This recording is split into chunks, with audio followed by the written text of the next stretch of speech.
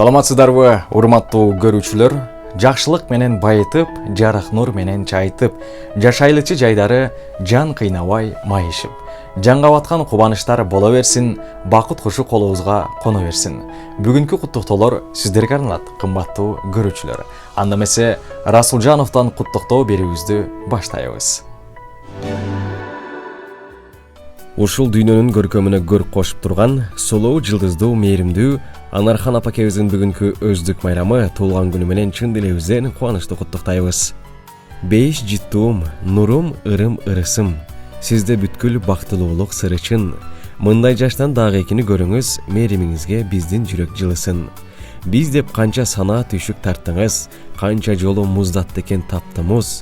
Эми Аллах сыйыбызга бөлөсүн, сизсиз апа жакшылык табактыбыз. Балдарыңыз баары түгөл мына биз, неберелер, чеберелер турабыз.